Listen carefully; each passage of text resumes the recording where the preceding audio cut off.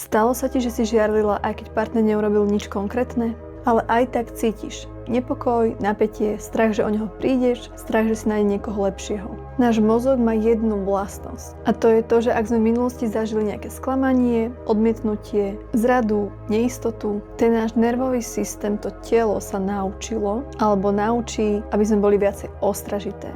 Snaží sa nás chrániť. Takže niekedy začne vidieť aj hrozbu tam, kde reálne nie je.